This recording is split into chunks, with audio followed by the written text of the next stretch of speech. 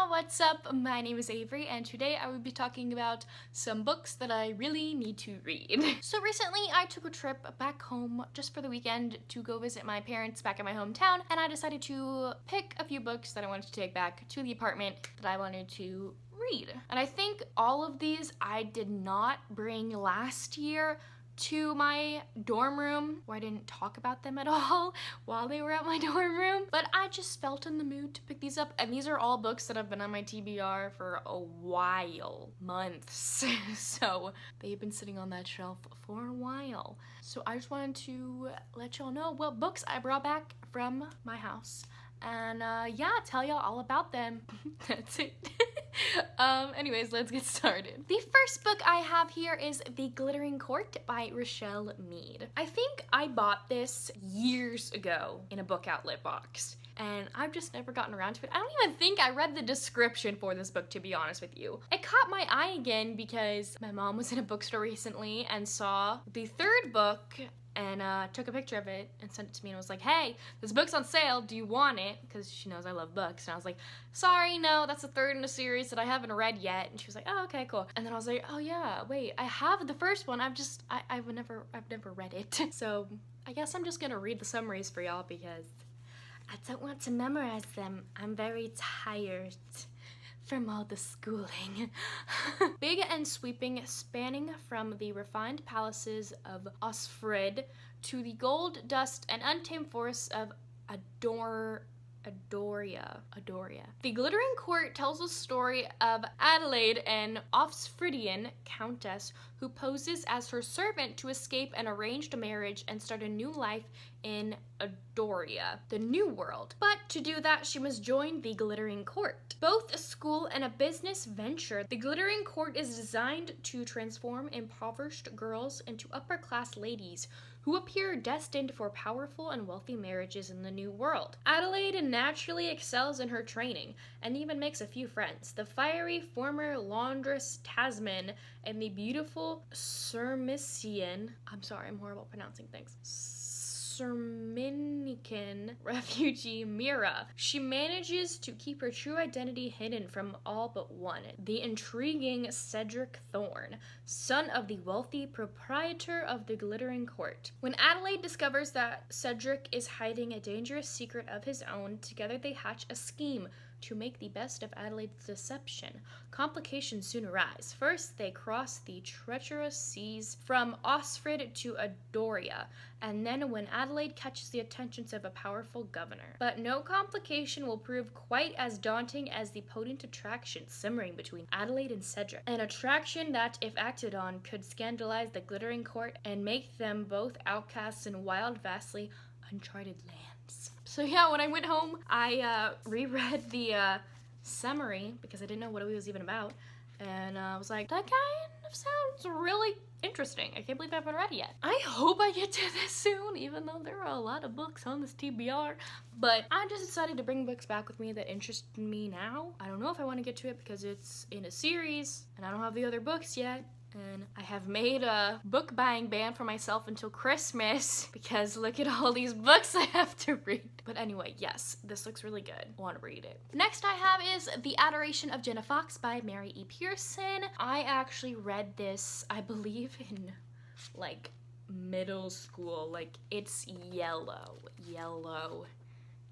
pages. I really love the Kiss of Deception series, or The Remnant, there you go, The Remnant Chronicles by Mary E. Pearson. I totally forgot that I read a Mary E. Pearson book when I was in middle school. Like, totally forgot. I remember I loved this book. I have the other two as well in the series back home, but I had all three on my TBR shelf because I don't remember a thing that goes on in this book at all. Nothing, except for what the summary tells you.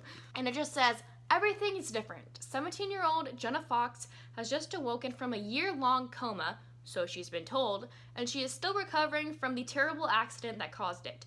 But what happened before that? She's been given home movies chronicling,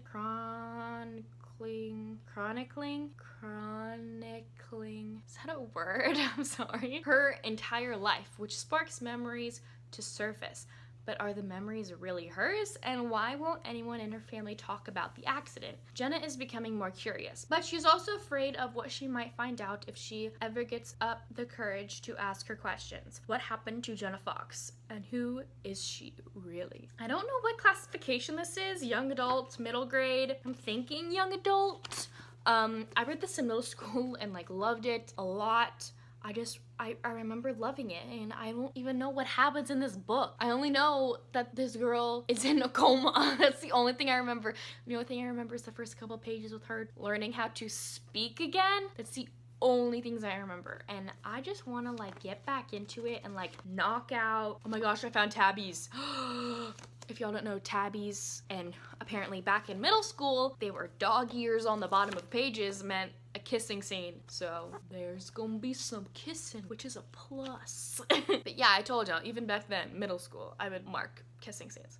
But anyway, I just want to get this series like off my TBR because it's been on my TBR since this book. And I think I even read the second book, which I know even less about.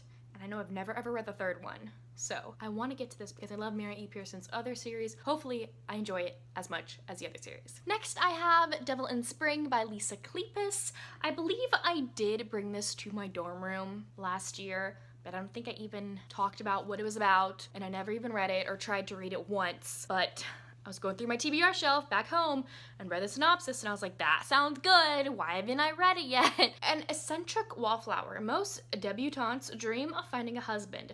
Lady Pandora Ravenel has different plans. The ambitious young beauty would much rather stay at home and plot out her new board game business than take part in the London season. That sounds so cool, a board game business. But one night at a glittering society ball, she's ensnared in a scandal with a wickedly handsome stranger, a cynical rake. After years of evading marital traps with ease, Gabriel, Lord St. Vincent, has finally been caught by a rebellious girl who can't be less suitable. In fact, she wants nothing to do with him, but Gabriel finds the high-spirited Pandora irresistible. He'll do whatever it takes to possess her, even if their marriage of convenience turns out to be the devil's own bargain. A perilous plot. After succumbing to Gabriel's skilled and sensuous persuasion, Pandora agrees to become his bride. But soon she discovers that her entrepreneurial endeavors have accidentally involved her in a dangerous conspiracy, and only her husband can keep her safe. As Gabriel protects her from their unknown adversaries, they realize their devil's bargain may have turned out to be a match made in heaven.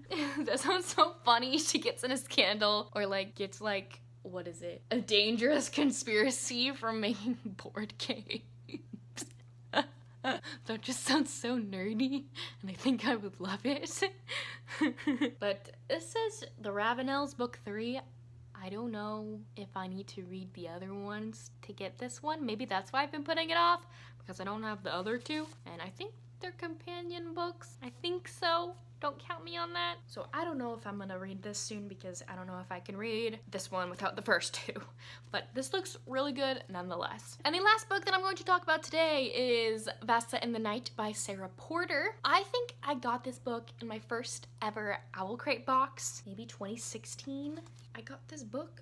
Yeah, 2016 was when this book was released. So it's been a while. All I knew about it before rereading the summary was that as a retelling of Vasilisa the Beautiful, which I don't know anything about that, so I'm still on the fence on if I want to read this before I read the original that this is off of. In the Enchanted Kingdom of Brooklyn, the fashionable people put on cute shoes, go to parties in warehouses, drink on rooftops at sunset, and tell themselves that they've arrived. A whole lot of Brooklyn is like that now, but not Vasa's working class neighborhood. In Vasa's neighborhood, where she lives with her stepmother and bickering stepsisters, one might stumble onto magic, but stumbling away again could become an issue.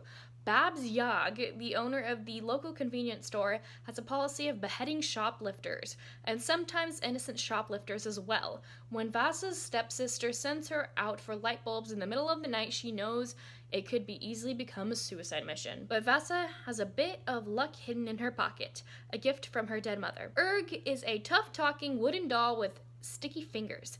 a bottomless stomach, and a ferocious cunning. With Urg's help, Vasa just might be able to break the witch's curse and free her Brooklyn neighborhood. But Babs won't be playing fair. Inspired by the Russian folktale Vasilisa the Beautiful and her years of experience teaching creative writing students in the New York City public schools, acclaimed author Sarah Porter weaves a dark yet hopeful tale about a young girl's search for home, love, and belonging. This sounds so good, and it's like not even that long. It looks so good, but I don't know if I should read it because I haven't read the original, and I don't know if it would make it better or worse. Please let me know down below if you've read this book and if you've read the original tale for it, because I need to know people's inputs on this. But again, like the other books, this looks so good and I want to read it, but I don't know if I should yet because I haven't read the original. Anyways, there y'all have it. Those were 4 books that I really need to read. Let me know down below if you've read any of these books, and please let me know what you thought of them or if you're planning on reading them. Anyways, thank y'all so much for watching, and I will see y'all soon with a new video. Bye!